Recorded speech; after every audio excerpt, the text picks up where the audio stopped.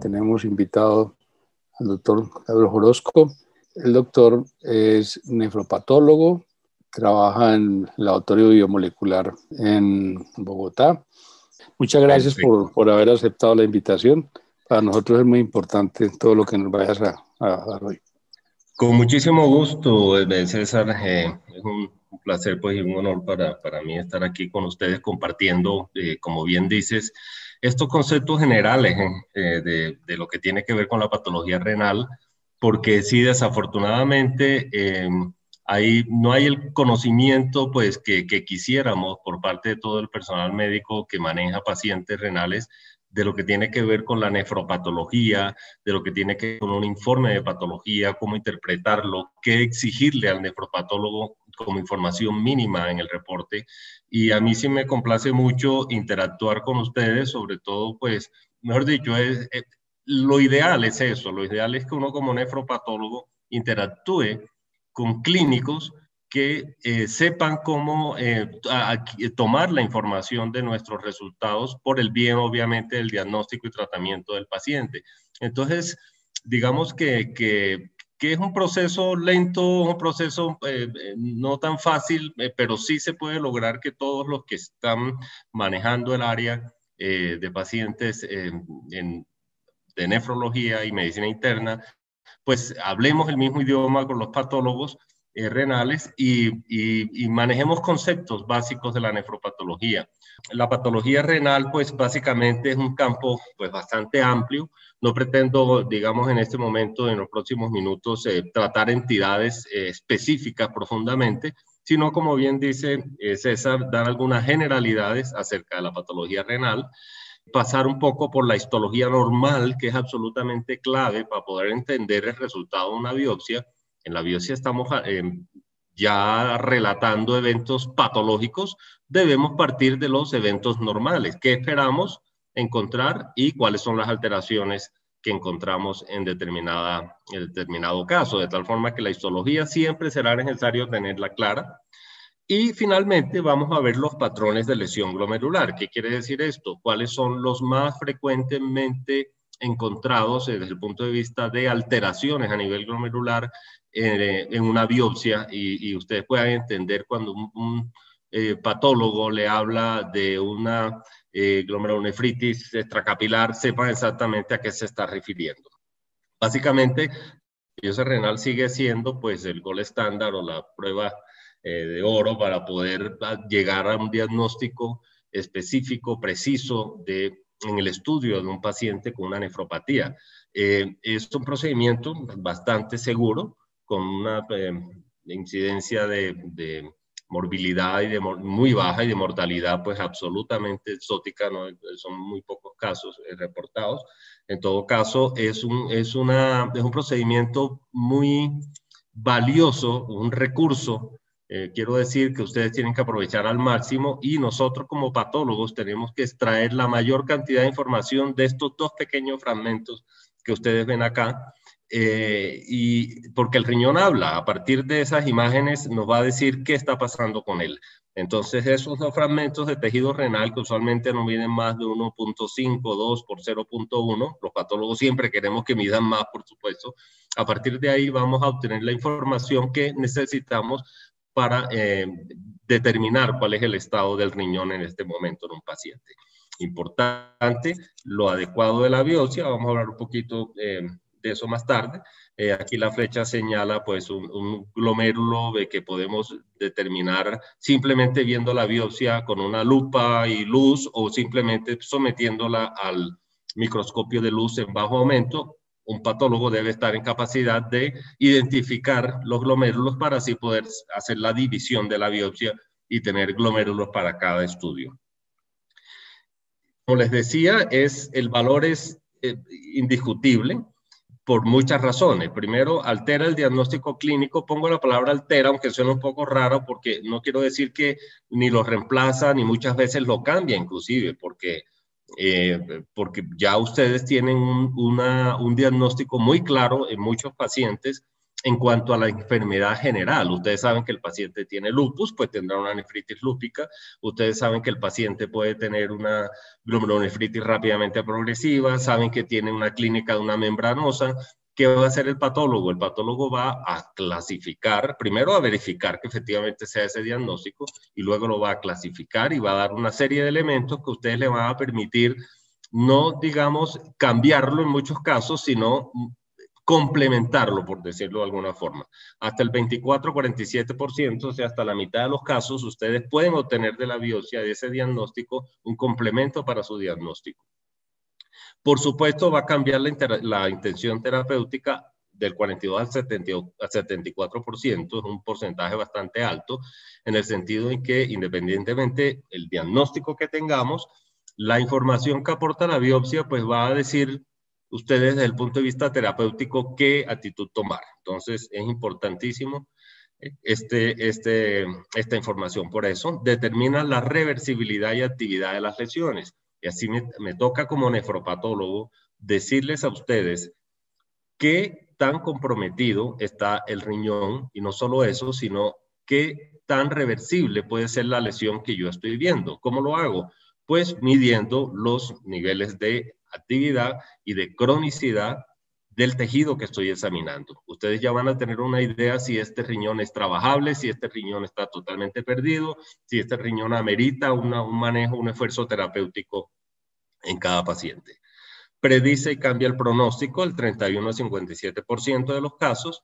Revela la patogénesis muchas veces porque yo con medios histopatológicos, estudios histopatológicos específicos, puedo revelar por qué, hasta donde pueda, por supuesto, por qué se está causando esta lesión membranosa, por qué se están depositando estos inmunocomplejos, etc. Y valida la evolución. Esto es sobre todo útil en trabajo de investigación, en estudios clínicos, porque se valora cómo responde el paciente a un tipo de esquema terapéutico, se valora, en fin, hay muchas cosas que se pueden valorar midiendo, evaluando la histología del riñón. Un repaso general de la anatomía a grandes rasgos. Es importante reconocerle el valor del riñón que tiene como órgano, en el sentido que es una máquina perfecta, o bueno, casi perfecta, que es capaz de recibir al día prácticamente el 25% del gasto cardíaco. Esos son casi 2 litros de sangre al día, 1800 más o menos, que fluyen a través de ellos, ingresando por la arteria renal, que vemos aquí la rojita de arriba, por supuesto, y emanan a través de la vena renal, no sin antes producir el ultrafiltrado del plasma, por supuesto, que corresponde a aproximadamente 1 litro de orina diario, que sale por el pelvis uréter a través de para pasar a vejiga y excretarse. Entonces, esta es una máquina bastante compleja que amerita que su funcionamiento, hemos dicho, su funcionamiento amerita su integridad, ¿sí? Anatómica e histológica, para poder funcionar de manera adecuada. Entonces, el riñón es realmente bastante fascinante su función y su importancia en nuestra economía. Aquí tenemos la cápsula, que normalmente es una cápsula muy delgada de tejido fibroconectivo transparente, que debe desprender muy fácil, ¿sí? Normalmente los patólogos, cuando hacemos un examen del espécimen renal, desprendemos la cápsula y la cápsula desprende como si fuera un contact transparente desprendido de una superficie. Así debe desprender la cápsula renal. ¿Qué pasa si no desprende así? Algo está pasando o algo pasó.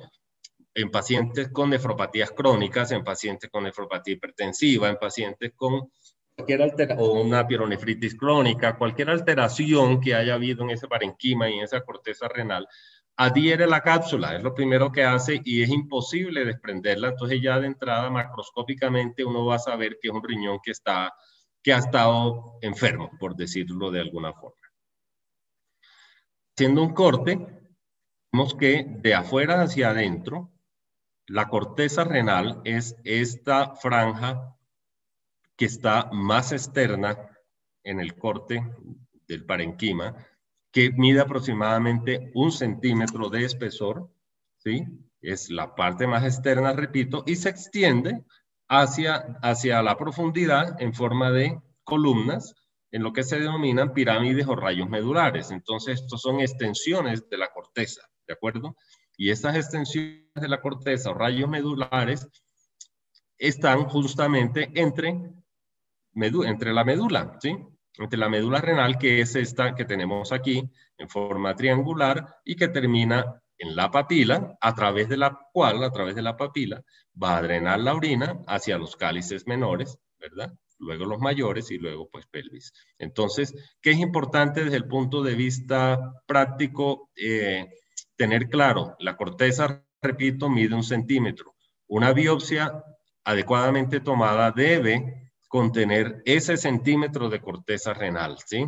Y llegar inclusive a la médula, ¿de acuerdo? Entonces, es muy importante desde el punto de vista práctico tener muy clara la anatomía del riñón para poder tomar una buena biopsia, porque, como veremos, los glomérulos se concentran en la corteza, de tal forma que es el sitio que más nos interesa evaluar, ya que pues usualmente estamos buscando una enfermedad glomerular cuando tomamos una biopsia renal, ¿de acuerdo?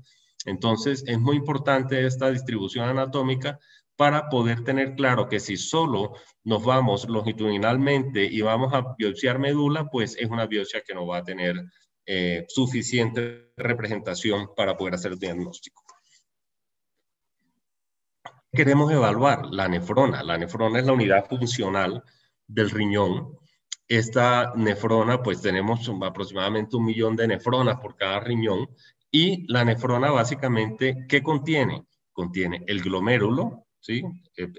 Enmarcado por la cápsula de Bowman, los túbulos proximal, ¿sí? Distal y el asa de Henle, que es esta que baja, ¿de acuerdo? Entonces, esto lo tenemos que evaluar como un todo y es posible hacerlo en la biopsia porque una biopsia bien representada, bien evaluada y bien diagnosticada tiene que tener la valoración de todos estos elementos, ¿sí?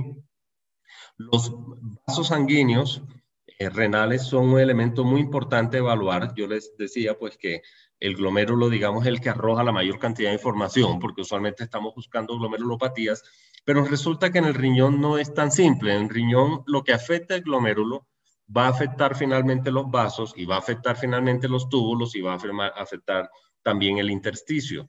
Toda la nefrona funciona como un todo, ¿de acuerdo? Y en gran parte es porque, miren este esquema en el cual nos señalan las nefronas de la corteza, las más superficiales y las más profundas, que son las llamadas justamedulares, que son estas de acá abajo, la flecha delgada. Estas son las que van a tener una asa de Henle más larga comparada con las corticales. Estas arteriolas, las arteriolas que emanan de las nefronas justamedulares, van a profundizarse a nivel de la médula, ¿verdad? Y forman esta red capilar profunda y van a suplir las asas rectas. Por el contrario, las corticales, las más superficiales, tienen un asa de Henle más corta, ¿verdad? Y van a suplir básicamente todos los que son los capilares peritubulares de la corteza. Entonces, partimos de que hay que hacer el estudio histológico completo que va a incluir los glomérulos, los vasos, los túbulos y el intersticio. ¿Por qué? Porque si ustedes entenderán que si hay una alteración en la arteriola, por ejemplo, por poner un sitio diferente al glomérulo, ¿qué va a pasar? Ese flujo sanguíneo, si es en la arteriola cortical o la justamedular, ese flujo sanguíneo se va a interrumpir y va a afectar finalmente el glomérulo y va a afectar finalmente los túbulos y los intersticios. Es función del patólogo determinar dónde está la lesión primaria, ¿de acuerdo? De tal forma, por eso en una biopsia, repito, hay que evaluar los 4 componentes: glomérulos, vasos, túbulos e intersticio, ¿sí? Estos elementos deben todos estar contenidos en la biopsia y pues ahí sí depende, digamos, de la experiencia de cada observador, va a valorarlos de tal forma que, y lo que se supone es que aquel elemento que esté más comprometido es el que es el responsable de la causa primaria de la lesión, se supone. Pero las biopsias, desafortunadamente, pues todas no son tan adecuadas y tienen tanta cantidad de de elementos como para ceñirse específicamente a ese concepto, pero usualmente sí, si el glomérulo es el que tiene más esclerosis, pues supuestamente a partir del glomérulo fue que partió la lesión para el resto de elementos. Así que mi mensaje es, todo funciona al unísono a nivel de la histología renal y de los cambios patológicos, por lo tanto, es necesario evaluarlos en una forma sistemática con el fin de no perder ninguna información, ¿sí? No se puede perder ninguna información histológica porque el riñón, como les digo, pues aporta los elementos para uno poder saber dónde está la lesión primaria y diagnosticarla. El glomérulo, por su parte, que es una de las estructuras o la estructura en la que más nos fijamos, pero no puede ser la única, repito, está constituido por, como todos sabemos, por asas capilares, predominantemente, que están ancladas a un polo vascular y que flotan en el espacio de Bowman y se rodea, por supuesto, por la cápsula de Bowman. Realmente es un órgano epitelial vascular, no son solo vasos, porque también tiene componente epitelial importantísimo, ya lo vamos a mirar, ¿sí? Los glomérulos miden 200 nanómetros de diámetro en general, y los componentes básicamente son una célula endotelial, una célula mesangial, un podocito, una célula epitelial parietal. Este es un esquema en el cual vamos a ver la nefrona como tal, en la que vamos a encontrar el corpúsculo glomerular que tenemos aquí en tonos morados predominantemente. Este corpúsculo glomerular, repito, es un órgano epitelial y vascular. Tiene vasos, que son estos blanquitos. Este blanquito que ustedes ven acá es una célula endotelial que pisa o capilar. Luego viene una membrana basal, ahorita vemos esto con más detalle, y posteriormente viene el podocito, que es esta célula morada grande que está insertándose por fuera de la membrana basal, obviamente por fuera del capilar. Entonces, capilar, membrana, podocito, espacio de Bowman, que es el espacio urinario, este negro que tenemos aquí, y luego la cápsula de Bowman tapizada por las células epiteliales parietales. Entonces, como les decía, es un órgano epitelial, porque tiene epitelio parietal, epitelio visceral y tiene vasos sanguíneos. Esta maraña de vasos se ancla, como les dije, a través del mesangio, ¿sí? A un polo, que es el polo vascular. ¿De acuerdo?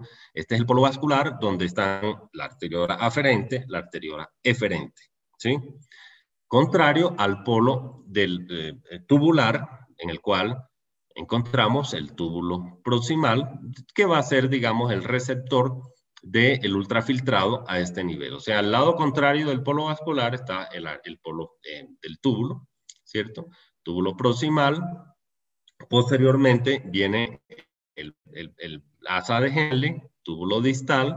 Aquí estas celulitas pintadas de cafecito claro, es la mácula densa, que ya ustedes conocen su función, y básicamente está en el túbulo distal, esta glomerular, ¿sí? Como ustedes saben, esta pues mácula densa básicamente lo que hace es mandar mensaje o información a las células justaglomerulares y están justamente próximas a ellas para poder funcionar a cabalidad. Entonces, estas grandes rasgos es la nefrona, este es el glomérulo y este camino del glomérulo en el cual, repito, capilares de adentro hacia afuera, luz capilar, endotelio, la célula endotelial que es la blanquita. Ahora vemos por qué tiene ese aspecto como de huequitos, ¿sí? ¿Por qué? Porque no es un endotelio liso, no es un endotelio es un endotelio perforado, mejor dicho, ¿sí? El endotelio tapiza por dentro el capilar, pero está lleno de huequitos, por supuesto, porque ahí se cumple la función de ultrafiltración y no puede estar sellado, tiene que tener espacios por lo cual fluyan las moléculas y líquido, por supuesto, de tal forma que es un endotelio fenestrado o un endotelio poroso, ¿de acuerdo? El de este capilar. Luego la membrana basal y posteriormente el podocito, que es esta célula grandota morada que tenemos acá, ¿sí? Después del podocito, el podocito está, digamos, nadando sobre el espacio de Bowman o espacio urinario, que es este negro. Posteriormente la cápsula de Bowman, aquí vemos la salida del túbulo La cápsula de Bowman, que es un epitelio, ¿verdad? Se continúa con otro epitelio, que es el epitelio cilíndrico con cilias correspondientes a los túbulos. Nuevamente el polo vascular con la arteriola deferente, la mácula densa y el aparato justaglomerular. Obviamente tenemos que tener claro que es tridimensional lo que tenemos que imaginarnos, no es en un solo plano como lo estamos viendo acá, pero es necesario tener clara la disposición de cada célula porque el ultrafiltrado del plasma que se produce allí es el resultado de que esta membrana de filtración glomerular esté íntegra en todos sus componentes y tenemos que tener muy claros estos componentes. Entonces, la membrana de filtración glomerular está hecha por ¿qué elementos? Repetimos, endotelio fenestrado, que es esta célula aquí pintada de azul. Endotelio con sus huequitos tapizando la luz capilar, que es este espacio blanco, por supuesto, que está en la mitad. ¿Qué ruta tiene que seguir para que se produzca ese ultrafiltrado? La sangre está aquí y posteriormente la primera barrera, por supuesto, es el endotelio. La segunda es la membrana basal capilar glomerular. Es la que está aquí pintada de negro y es esta línea continua negra que debe ser así, continua, tiene que estar totalmente íntegra, ¿sí? Y en la porción externa de esa membrana basal, de esa línea negra, se van a insertar los pedicelos, que son las prolongaciones que parten del citoplasma del podocito. El podocito es la célula más grande, es la célula más grande de este complejo y es una de las, bueno, no quiero decir la más importante porque todo es importante, pero el podocito es absolutamente clave para que este proceso de filtración se dé a cabalidad y se dé adecuadamente. ¿De acuerdo? Esta que vemos acá en rojo es la célula mesangial con su núcleo central rodeada por la matriz mesangial, ¿sí?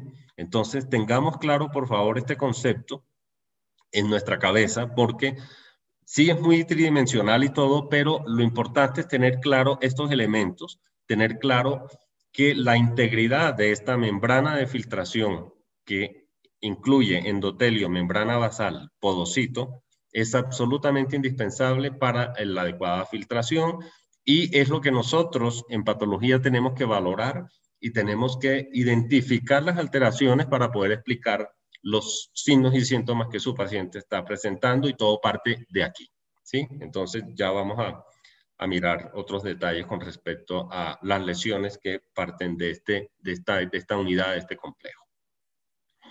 Como les decía, es tridimensional, de tal forma que miren que esta imagen cambia, pero ¿por qué cambia? Es muy fácil extrapolarlo a la unidimensionalidad, digamos. El podocito es esta célula verde que vemos aquí con su citoplasma y su núcleo. Este podocito da una serie de tentáculos o dedos o ramificaciones que parten de su citoplasma y literalmente abrazan el capilar glomerular, que es este que tenemos aquí rosado, con su endotelio lleno de huecos, ¿de acuerdo? Siempre tenemos que acordarnos de esos huecos, aprovechando que es la hora del desayuno. Aquí vemos este queso lleno de huecos, de poros, así es el endotelio, ¿sí? Entonces, ese endotelio lleno de huecos sobre la membrana basal, que es esta negrita, ¿sí? Va a recibir el abrazo, por decirlo así, de los podocitos, ¿sí? De las prolongaciones de los podocitos, que en este caso las llamamos pedicelos, ¿sí? Los pedicelos son los que abrazan este capilar por fuera, obviamente. Y una cosa importante, este pedicelo que vemos aquí va a tener varios compañeros alrededor y cada uno de ellos va a lanzar esas proyecciones y se van a interdigitar, como cuando ustedes cruzan los dedos de las manos, así tal cual. Y ese espacio, el espacio que dejan entre pedicelo y pedicelo, ahí va a estar localizado el diafragma de filtración, ¿verdad? Que ese microambiente en el diafragma de filtración, el espacio por debajo del pedicelo y el podocito, junto con la membrana basal y el endotelio, ese microambiente es el que va a realizar este proceso tan específico de la ultrafiltración del plasma. La pared capilar entonces es una trama porosa y una cosa importantísima, está cargada negativamente. ¿Por qué?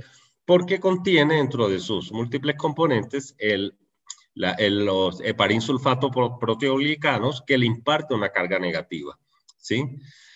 Tiene múltiples polisacáridos en las superficies de sus células, ¿verdad? El hecho de que sea cargada negativamente, ¿qué implica? ¿Qué pasa entonces con las moléculas que son negativas?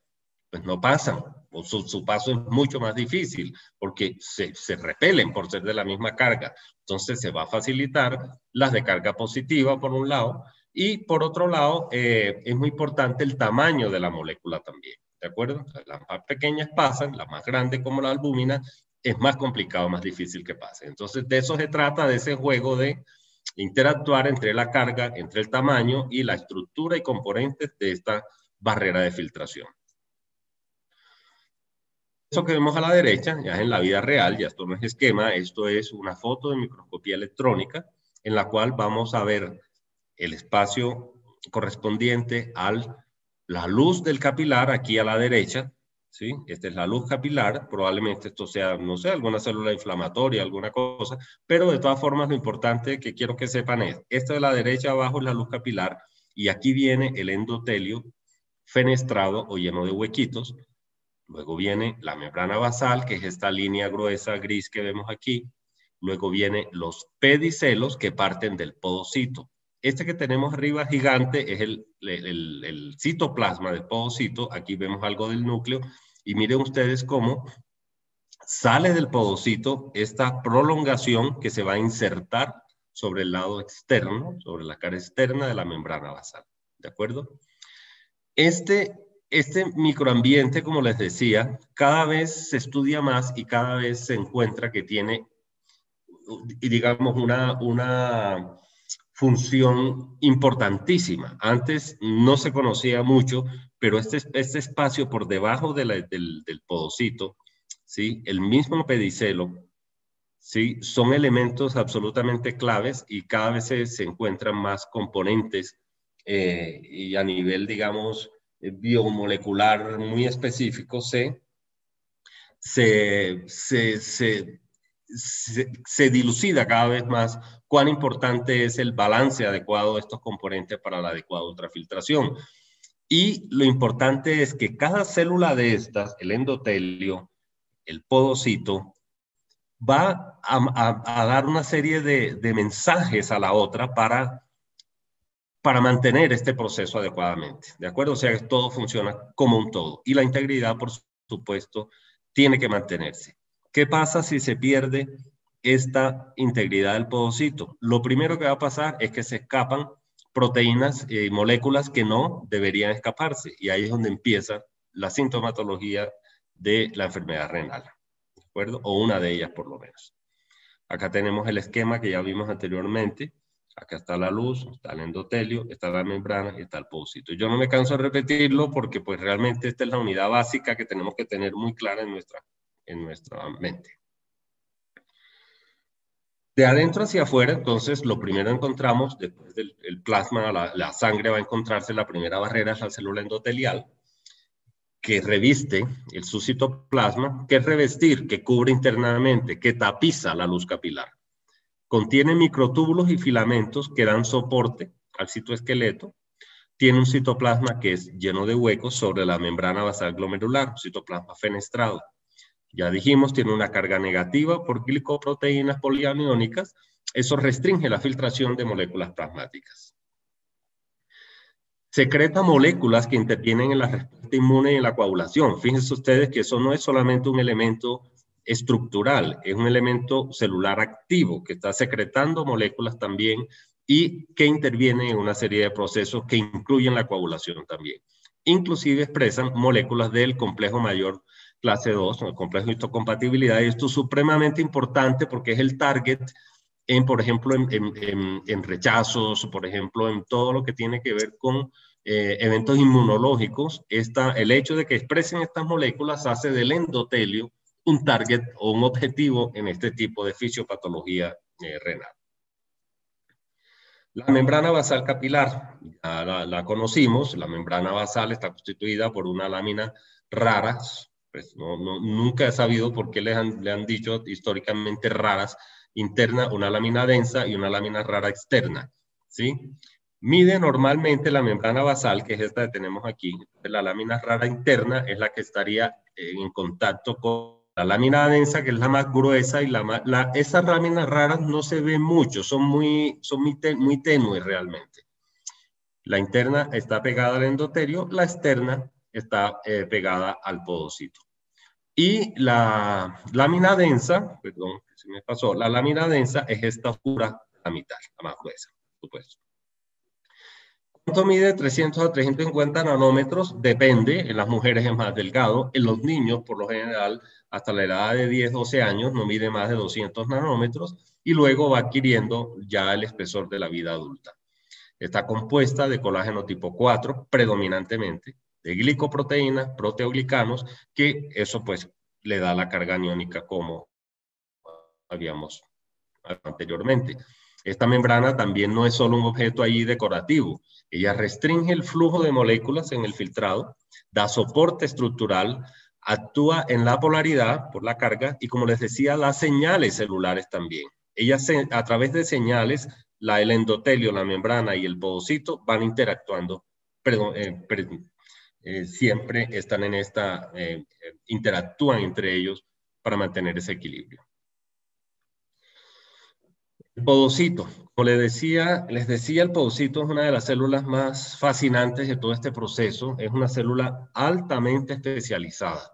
Es una célula terminal, quiere decir que su replicación es muy limitada. Entendamos que el podocito no es una célula que se replique con facilidad. De hecho, es muy limitada su replicación, por lo tanto, podocito perdido, podocito que usualmente no se recupera. Por eso en los procesos de podocitopatías donde se altera y se pierde, el pronóstico no es tan bueno porque pues a diferencia, por ejemplo, de la enfermedad de cambios mínimos, donde el podocito se altera pero no se pierde, en la focal y segmentaria, que es la fase, digamos, más grave de la enfermedad, el podocito se pierde, se daña, se lesiona y no se recupera. Entonces ahí es donde vienen las adhesiones, ahí es donde viene la cicatrización y por eso es tan importante preservarlo, ¿no?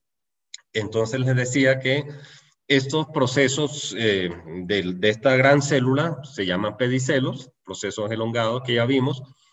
¿Qué hace el podocito? Muchas cosas. Participa en la síntesis de la membrana basal, es una barrera de filtración, por supuesto. Hay una función de regulación hidráulica del capilar.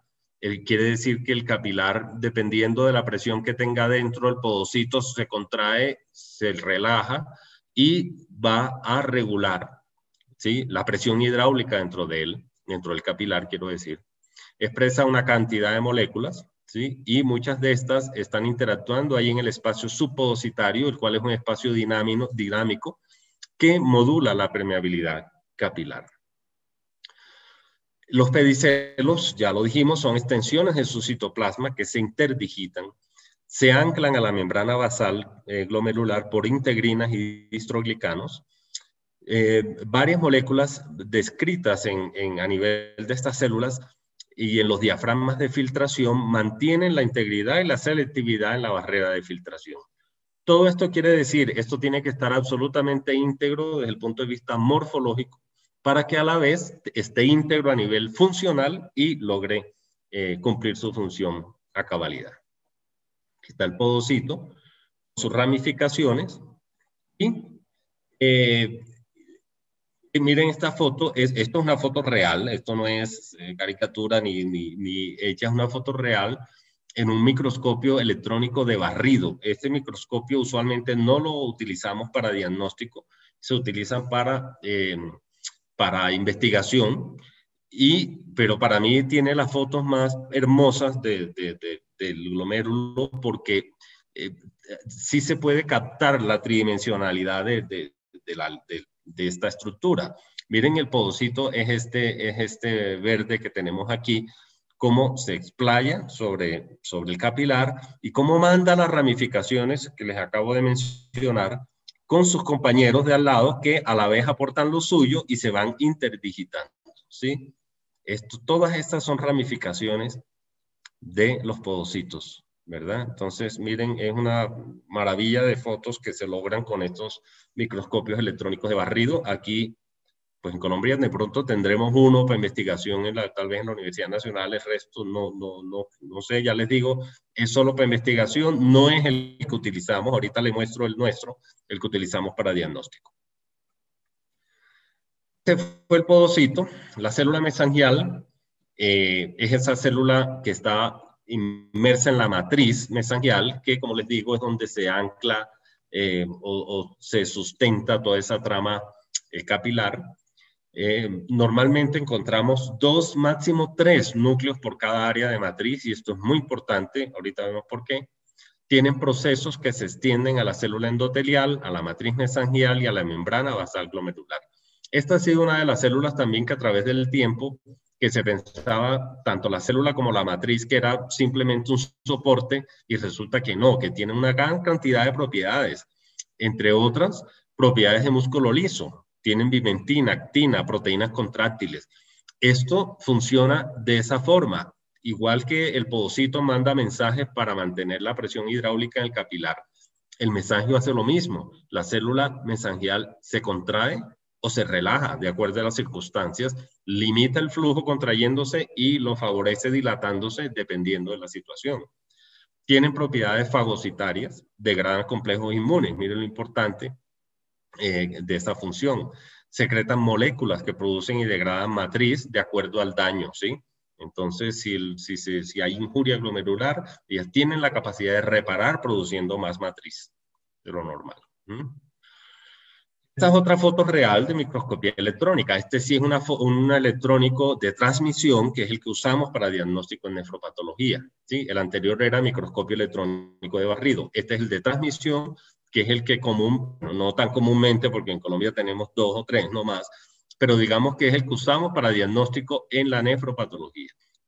En este que vemos una luz capilar, igualmente aquí con un glóbulo rojo aquí dentro de ella, dentro de la luz, el endotelio, la membrana basal, aquí señalados los pedicelos, ¿verdad? Del podocito, el espacio urinario, aquí hay más pedicelos.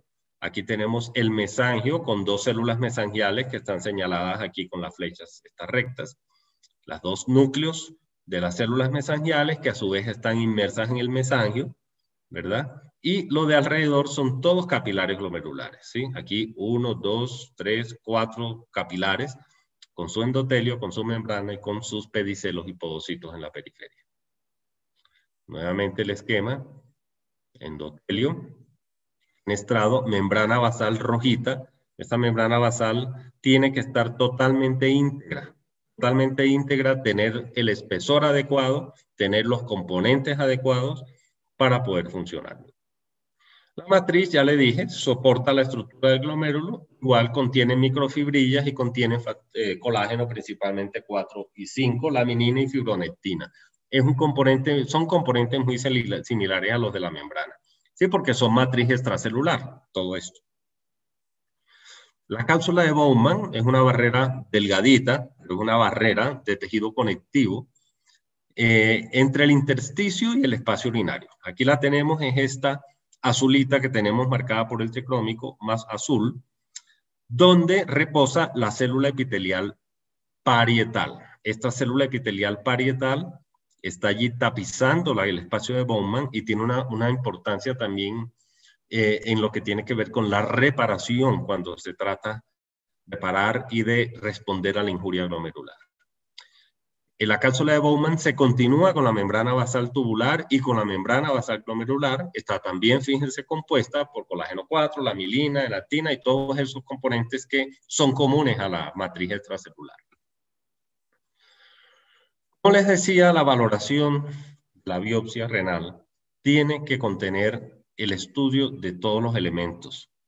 Glomérulos que están aquí, los vasos, por ahí algunas venitas señaladas, no hay una arteria en esta biopsia, pero el vaso es un elemento importante. Los túbulos. Los túbulos, básicamente, los túbulos proximales y distales los vamos a poder identificar en una buena biopsia. Los túbulos proximales son estos señalados con flecha recta, son más grandes, el citoplasma es mucho más amplio, más eosinófilo porque tiene mucha mitocondria, y tienen microvellosidades un borde en cepillo que se llama, y que el cual sufre mucho cuando hay una injuria tubular. Los túbulos se dañan con frecuencia y es uno de los primeros elementos en lesionarse porque por la suplencia vascular predominantemente, que es más pobre que el glomérulo, por supuesto. Entonces, cualquier evento sistémico que cause hipoperfusión, el túbulo va a sufrir de entrada y se produce una necrosis tubular aguda, que es un elemento histológico muy comúnmente encontrado en pacientes choqueados de cualquier causa. Los túbulos empiezan a sufrir, se necrosan y se descaman a la luz, ¿verdad? Entonces, este es un túbulo proximal. El túbulo distal es más chiquito, como este que vemos aquí, con menos citoplasma, y es muy fácil, pues, diferenciarlos en una biopsia, ¿de acuerdo? El espacio entre túbulo y túbulo es un espacio que no se debe ver, es un espacio virtual, para usar la palabra de moda. Este espacio no es remarcable, nunca se debe ver. Si se ve ese espacio es porque algo está pasando. ¿Y qué es lo que está pasando? O hay inflamación, o hay fibrosis, o hay acúmulo de material, cualquiera que sea, ¿sí? Entonces, aquí es cuando vamos a empezar a hablar de fibrosis intersticial, si hay fibrosis, atrofia tubular, si hay pérdida de túbulos, que usualmente se acompañan y van juntas, ¿no? Entonces, en un tejido normal renal, en una biopsia normal, no debe haber separación entre túbulo y túbulo. Debe haber un aspecto espalda a espalda, como lo estamos viendo aquí, y no debe haber ningún elemento entre los túbulos, ¿de acuerdo? Nuevamente, esto para señalar la eosinofilia, que es ese aspecto rosado del túbulo proximal, por la cantidad de mitocondrias, y este es el túbulo distal que no las tiene, ni tiene el borde en cepillo, una celulita mucho más chiquita que la otra. ¿Qué hacemos entonces en patología para poder determinar que todos estos elementos que les acabo de mostrar están óptimos desde el punto de vista histológico? No es fácil, como ustedes entenderán, son cosas muy sutiles que no es lo mismo evaluar un apéndice cecal, por ponerle un ejemplo cualquiera, que una biopsia renal. ¿A qué me refiero? Los elementos histológicos encontrados en una biopsia de otro órgano, o en un apéndice extraída, o inclusive en un tumor, saltan a la vista, son muy evidentes. Con la sola microscopía de luz tenemos una información enorme. Ya tenemos el 90% del diagnóstico hecho con la sola microscopía de luz cuando se trata de otras biopsias de otros órganos, investigando otras patologías. Pero cuando se trata de investigar una nefropatía y particularmente una glomerulopatía, es muy necesario acudir a unos métodos específicos de diagnóstico más sofisticados para poder detectar alteraciones en todos esos elementos tan sutiles que les acabo de mencionar y demostrar, ¿ok? De tal forma que el estudio de la biopsia renal debe comprender estos tres pasos fundamentales, que son la microscopía de luz, que es la común y corriente, ¿verdad? La que vemos en el microscopio, el que tenemos en el laboratorio, en todos los laboratorios de patología, la microscopía de luz, la inmunofluorescencia y la microscopía electrónica. La inmunofluorescencia y la electrónica son estudios adicionales que le hacemos a la biopsia renal, que usualmente a ninguna otra biopsia se los hacemos, ¿de acuerdo? Entonces, es importante tener esto muy claro, que toda biopsia renal debe llevar estos tres estudios, si no, está incompleta, así de simple. O sea, no hay que ponerle más nombres, todas las biopsias renales deben llevar los tres estudios. Que en muchos casos pueden diagnosticarse con luz y fluorescencia, es verdad, es cierto, podemos hacerlo, claro que sí, pero digamos no es lo ideal, porque cada vez las entidades se subclasifican más, se conocen más, se estudian más, y hay cada vez hallazgos que para ustedes son mucho más importantes o muy importantes, y que solo se logran si tenemos la combinación de estos tres elementos. Si no, nos queda un poco incompleta la cosa. Dirán ustedes, bueno, y entonces se necesitan exactamente cuántos glomérulos para poder decir que una biopsia es adecuada y que podemos hacerle todos estos estudios. Importantísimo. Creo que en muy pocas biopsias de órganos es tan importante lo adecuado del tejido que vamos a evaluar como en la biopsia de riñón. ¿A qué me refiero? Tenemos que contar con los elementos que les acabo de mostrar para poder diagnosticarla, porque si no, no vamos a poder hacerlo. Si solo tenemos túbulos y estamos investigando una glomerulopatía, pues no tenemos ni idea qué hay en los glomérulos y no vamos a poder tener una información ni un diagnóstico. Entonces, ¿cuándo es adecuada una biopsia? Que más de 10 glomérulos, que más de 15, que más de 8, eso depende. ¿De qué depende? Depende de la entidad que estemos estudiando, depende de si es una entidad que se manifiesta en forma difusa en los glomérulos o por el contrario, es una enfermedad que se manifiesta en forma focal en los glomérulos.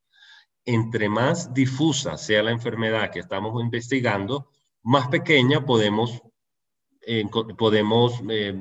digamos, el requerimiento de la biopsia va a ser menor en cuanto a tamaño. ¿A qué me refiero? Perfectamente con 1 o 2 glomérulos yo puedo diagnosticar una glomerulopatía membranosa sin problema, ¿sí? Con 1 o 2 glomérulos yo no puedo diagnosticar una glomerulosclerosis focal y segmentaria. No lo puedo hacer, ¿de acuerdo? ¿Por qué? Porque su compromiso lo vamos a ver solamente en 1 de 10 o de 20 glomérulos. Y si justamente cogemos los 9 o los 19 glomérulos que no tienen lesión, pues no lo vamos a poder diagnosticar. Cuando es una enfermedad difusa es mucho más fácil hacerlo con una biopsia pequeña. Pero si no, el problema es complicado y créanme que como patólogo yo los entiendo. Cuando ustedes reciben un informe de patología que la biopsia es insuficiente, el primero que le duele es a mí, bueno, el primero que le duele es al paciente, por supuesto, porque es un procedimiento complejo, de difícil autorización, de difícil toma, de difícil envío, de difícil todo. Y es muy triste cuando uno tiene que informar una biopsia que es insuficiente. Y lastimosamente, no es raro hacerlo porque pues eso depende mucho de quién la realice, de la técnica que use, de la experiencia, en fin. Entonces, es muy importante tener en cuenta esto. ¿Qué es lo ideal? Lo ideal es que estemos en un centro en el cual haya un patólogo que por lo menos una vez tomada la biopsia en radiología o en intervencionista, la valore de una vez ahí en fresco y diga la biopsia tiene o no tiene glomérulos para poder mandarla al laboratorio de nefropatología. Sería lo ideal, pero esta situación muchas veces no se da, entonces ahí toca un poco al ojo y bueno, ahí sí pues tratamos de hacerlo mejor con lo que tenemos. La microscopía de luz, repito, es lo que vamos a estudiar en todas las biopsias de la patología, cualquiera que sea. Vamos a hacer microscopía de luz con las coloraciones especiales, la hematocilina iosina, que es la reina de las coloraciones, la más común, que es esa que ustedes ven rosadita siempre, ¿verdad? Y es lo que vamos a ver en el microscopio de luz, que es el microscopio rutinario. Pero no solo la hematocilina iosina, sino que echamos mano de otras coloraciones. Entonces, el primer y el estudio básico que vamos a hacer es la microscopía de luz. Entonces, las coloraciones a las que echamos mano son las coloraciones de PAS, de tricrómico, por supuesto la hematocilina y la plata, ¿sí? Son las que necesitamos sí o sí en todas las biopsias renales, ¿sí? Unas coloraciones que nos van a permitir ver varias cosas adicionales a si usamos solamente la hematocilina iosina. ¿Qué me refiero? Si queremos valorar membranas de verdad, tenemos que ver un PAS y una plata, porque la plata y el PAS se adhieren a la membrana y nos la van a dibujar con una precisión que no la hace la hematocilina. Si queremos ver qué tanta fibrosis tiene una biopsia, tenemos que hacer tricrómico, porque el tricrómico con sus 3 colores nos va a permitir ver dónde está la fibrosis, qué porcentaje de fibrosis hay, qué tanta es la extensión, cuáles son los sitios de fibrosis, etc. Igualmente podemos ver depósitos denominados fusinofílicos, quiere decir que la fusina los hacen resaltar. No los vemos aquí, pero es un depósito rojo brillante que en mi época del hospital militar me decía mi profesor Osa que era la microscopía electrónica de los pobres. ¿Por qué? Porque en aquellos sitios donde no había posibilidad de hacer electrónica, cuando veíamos en el tricrómico ese rojo brillante depositado, casi que siempre podíamos estar seguros que eran depósitos de complejos inmunes. Entonces, un tricrómico muy bien hecho nos va a permitir inclusive ver esos depósitos fusinofílicos que nos sugieren inmunocomplejos. Inmunofluorescencia, por supuesto, vamos a aprovechar la reacción antígeno-anticuerpo complemento y vamos a resaltarlo con la fluoresceína, y leídos en un campo oscuro nos va a marcar dónde están localizados los depósitos inmunocomplejos. Como entenderán, un gran porcentaje de la patología renal está dado por enfermedades que involucran el depósito de complejos inmunes, y la inmunofluorescencia es absolutamente clave para identificarlos. Normalmente le hacemos las inmunoglobulinas G, M, A, hacemos complementos C3, C4, C1Q, hacemos fibrinógeno y hacemos kappa y lambda usualmente. Entonces, esta inmunofluorescencia es un requisito sine qua non para estudiar la biopsia. Como les decía, un porcentaje importante de biopsias podemos diagnosticarlas con luz y fluorescencia, es cierto, y se hace. O sea, por supuesto, si yo tengo una luz y tengo fluorescencia con glomérulos positivos para IgA y tengo una luz con una proliferación mesangial, eso es una IgA, por supuesto. Lo ideal es ir más allá y hacer la electrónica. ¿Para qué? Para comprobar esos depósitos dónde están, a verificar que efectivamente son depósitos inmunocomplejos, en fin, para completar. Y eso hablando de la IgA, que es una entidad que se puede diagnosticar fácilmente, entre comillas, pero hay entidades que definitivamente sin la electrónica nunca se podrían. Aquí tenemos una a la derecha, que es una membrana basal gruesa. Si les digo aspecto en canasta, ¿de qué se acuerdan? Estamos pensando en Alpor. Exactamente.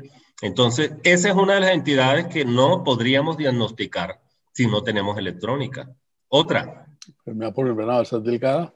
Totalmente, exactamente. Una membrana basal delgada no es posible verla ni con fluorescencia ni con luz, por muy bien hecha que estén las coloraciones, es imposible determinar cuánto mide una membrana con estos métodos. Entonces, lo que hacemos con la electrónica es medir esta membrana, es determinar sus características, no solo la membrana, hay que ver el glomérulo en su totalidad y hay que ver los túbulos y hay que ver el intersticio, ¿verdad?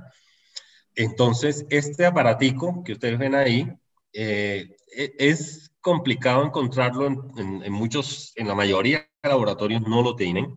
En Bogotá tenemos dos, pues que lo sepan nosotros en biomolecular, en la Santa Fe, es solamente que yo sepa están estos, y definitivamente es una limitación porque en cada gran centro universitario y hospitalario debería haber un microscopio electrónico, porque hay entidades que no se van a poder diagnosticar si no es con electrónico, y lo que tenemos que tener claro es que la biopsia desde el principio debe ir encaminada a dividirla y a procesarla para cada estudio. En todo caso, se puede prescindir de él en algún momento porque tocó, pero no es la situación ideal. Entremos en cómo se ven las lesiones en los glomérulos en términos generales. Los patrones, digamos, son muchos las lesiones que puedo ver, y una cosa compleja en la patología renal es que un mismo patrón puede ser compartido por varias entidades, ¿no es cierto? Entonces, entidades tan características como, por ejemplo, una glomerulopatía membranosa. ¿Es una membranosa primaria? Sí. ¿Es una membranosa secundaria? Puede ser por lupus, puede ser por... O sea, la información clínica y la correlación aquí más que nunca se vuelve muy, muy importante, porque yo como patólogo puedo llegar hasta cierto punto, pues y tengo elementos para diagnosticar específicamente muchas veces, pero digamos que no siempre es así, por eso necesito la información clínica. El primer patrón que tenemos, digamos que tener claro, porque ustedes van a recibir esta información en muchas biopsias. Focal, qué es segmentario, qué es difuso, qué es global. Cuando hablamos los patólogos en una biopsia renal de un compromiso focal, cuando afecta solo algunos glomérulos. Quiere decir, tenemos 20 glomérulos y la lesión está en 3, eso es focal. ¿Cuándo es difusa? Pues cuando afecta a los 20 glomérulos. ¿Cuándo es segmentaria? Cuando afecta solo una parte del glomérulo. ¿Y cuándo es global? Cuando afecta a todo el glomérulo. De tal forma que podemos tener focales y segmentarias lesiones como la glomerulosclerosis focal y segmentaria. ¿Qué quiere decir? Que es un proceso de esclerosis glomerular que se está dando solo en algunos glomérulos y en alguna parte solamente del glomérulo, no en todo.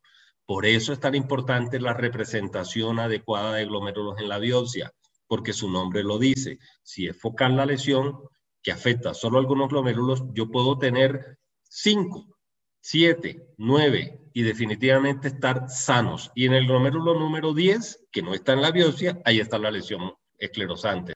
Esta es una representación de qué es focal y qué es difuso. Aquí tenemos 3 glomérulos y consideremos que este es el todo de la muestra. Y solo uno de ellos tiene una lesión. Y aquí también podemos decir que es segmentaria porque está solo una parte del glomérulo afectado. Entonces, focal y a la vez es segmentaria. Difuso, por supuesto, que estos glomérulos 1, 2, 3, 4, 5, 6, todos tienen un proceso de esclerosis y podemos hablar que es un compromiso difuso. Cuando hablamos de que una lesión es colapsante, ya que estamos en el área de las esclerosis, cuando las asas capilares pues, se colapsan, así de simple, se esclerosan, usualmente hacia un polo se retraen, hacia el polo vascular, y esta es una lesión muy de las más graves, digamos, en los patrones de esclerosis focal y segmentaria. Esta es una coloración de plata que nos muestran cómo todas esas capilares ya están totalmente, se han ocluido por el proceso de esclerosis, ¿verdad? Y al contrario, lo que hace la célula epitelial, que es esta que tenemos acá afuera, es que hay una hiperplasia relativa, digámoslo, hasta formar inclusive lo que se nos confunde con crecencias y se llaman pseudocrecencias. Es un fenómeno como compensatorio en cierta forma de lo que está pasando con el resto del glomérulo y la célula epitelial ahí como que prolifera un poco. Esto es una lesión colapsante típica de este tipo de lesiones de glomerulopatía colapsante que vemos muy frecuentemente en pacientes con HIV-Sida, etc.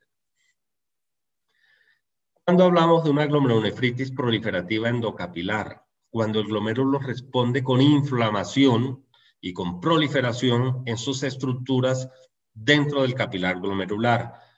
¿Qué está dentro del capilar glomerular? Ya vimos que hay endotelio, ¿verdad? Vimos que hay mesangio, vimos que pueden acudir ahí también, aparte de esos elementos propios, elementos de fuera, como las células inflamatorias, ¿de acuerdo? Entonces, la glomerulonefritis proliferativa endocapilar implica proliferación o hipercelularidad de endotelio, hipercelularidad del mesangio y llamamiento de células inflamatorias. Aquí vemos este patrón y que en algunos casos va inclusive a transformarse en trombitos de fibrina, a ver cariorrexis, que implica que el neutrófilo que fue llamado allí se ha fragmentado. Esto es muy frecuentemente visto en pacientes con lupus, en pacientes con vasculitis, este tipo de lesión proliferativa endocapilar. Es un patrón membrano proliferativo. Un patrón membrano proliferativo es aquel en el cual prolifera el mesangio y sus células y se engruesa la membrana basal, ¿sí? Antes se decía mesangio capilar, no utilicemos ese término porque es que no está bien utilizado, porque no es solo el mesangio el que prolifera, sino también la célula endotelial. Entonces no está bien, no es adecuado llamarlo mesangio capilar, sino membrano proliferativo. Ese patrón lobular del glomérulo se acentúa, la membrana basal está gruesa, con dobles contornos que podemos ver muchas veces con la coloración de plata. Esto es un PAS, ¿verdad? Este patrón se acompaña, por supuesto, en la mayoría de casos, de depósitos de inmunocomplejos, que son estos que vemos aquí en la electrónica, estos grises oscuros o casi negros, que están en el espacio subendotelial y crean un fenómeno de doble membrana, ¿verdad? Y se deposita en el mesangio también. Entonces, da ese patrón membrano proliferativo. Un patrón muy importante y que la verdad es considerada como la única urgencia del nefropatólogo, es el diagnóstico de la glomerulonefritis proliferativa extracapilar, un proceso catastrófico a nivel del glomérulo, porque es una noxa, una injuria cualquiera que sea. Esto no es característico de ninguna enfermedad especial, pero sí de muchas, entre otras una vasculitis, una enfermedad de membrana basal delgada. Cualquiera de estas puede causar, o cualquiera de las que se deposite inmunocomplejos como un lupus, como una IgA, cualquiera de esas puede terminar en una glomerulonefritis proliferativa extracapilar. ¿Qué quiere decir? Que las células parietales de la cápsula de Bowman, aquella que les mostré que pueden reaccionar ante la inflamación, proliferan en una forma exagerada y producen la denominada proliferación extracapilar, formando semilunas o crescencias, que básicamente es un término en inglés que es crescents, que es semiluna. Responde a que este glomérulo fue tan dañado tan agresivamente que se le rompió la membrana basal, ¿verdad? Que es la unidad, digamos, que lo sostiene, y esta célula recibe ese mensaje y empieza a proliferar para reparar. Pero esa es una reparación dañina, porque lo que está haciendo es colapsar la penacho glomerular, ¿sí? Lo colapsa y lo desaparece. Y esa proliferación dañina, ¿en qué va a terminar? En fibrosis. Y ese glomérulo se esclerosa rapidísimo, ¿sí? Entonces, por eso les decía que esa crescencia o semiluna es la urgencia del nefropatólogo, en el sentido de que cuando uno recibe una biopsia y al día siguiente ven la microscopía de luz que hay una crescencia, el deber es informarla ya mismo. Ojo, alertarlos a ustedes y decir, hay una glomerulonefritis proliferativa extracapilar, y no solo eso, hay que decir en qué porcentaje se están dando las crescencias, si son celulares, si son fibrocelulares, si son fibrosas. ¿De acuerdo? Porque de eso depende todo el pronóstico de este riñón. La proliferación celular mesangial es un evento menos agresivo, por decirlo de alguna forma, en el cual vamos a ver que se ensancha el mesangio, la matriz, y aumenta el número de células.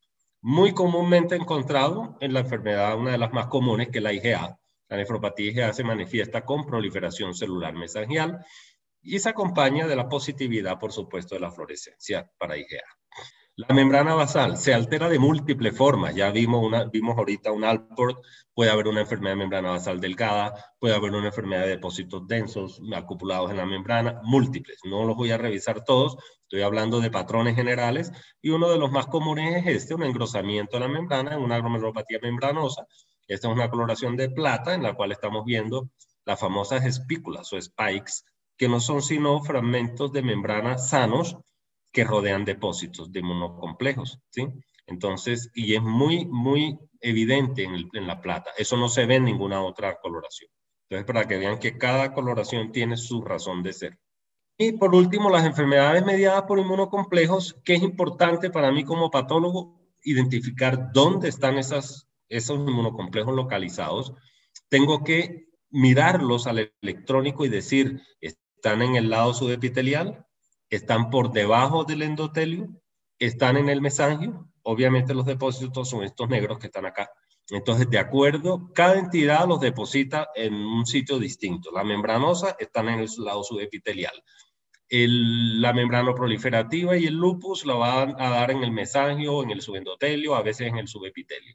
En fin, eso hay que identificarlo con claridad para poder hacer el diagnóstico histopatológico también llamativo, específico. Entonces, depósitos de inmunocomplejos y su localización, que por supuesto en el electrónico es donde va a hacerse mucho mejor este ejercicio. Finalmente, termino con esta diapositiva en la que lo ideal es esto. Lo ideal es que ustedes como clínicos, en un sitio donde exista un laboratorio con nefropatología y ustedes toman biopsias renales. Recuerdo en mi época de formación en la Universidad de California, eso era, cada vez había más público cada día, porque la patóloga renal, la doctora Jean Olson, revisaba a las 10 de la mañana las biopsias del día anterior y bajaban los internistas, los nefrólogos, los residentes, los internos, todo el mundo bajaba. Había un microscopio como este de múltiples cabezas, obviamente esto no es allá. Y lo que les quiero decir es, la correlación clínico-patológica es absolutamente clave y es muy importante y nos facilita la vida, tanto a ustedes como a mí. ¿Qué más quisiera yo que tenerlos ustedes del otro lado del microscopio preguntándole cosas del paciente y ustedes diciéndome, yo diciéndole lo que estoy viendo en la imagen, ¿no es cierto? Pero la situación ideal es esta, que el equipo diariamente interactúe con el nefropatólogo, aporte los datos clínicos y el nefropatólogo aporte los hallazgos histológicos, y así es como se llega a un diagnóstico adecuado en estos pacientes.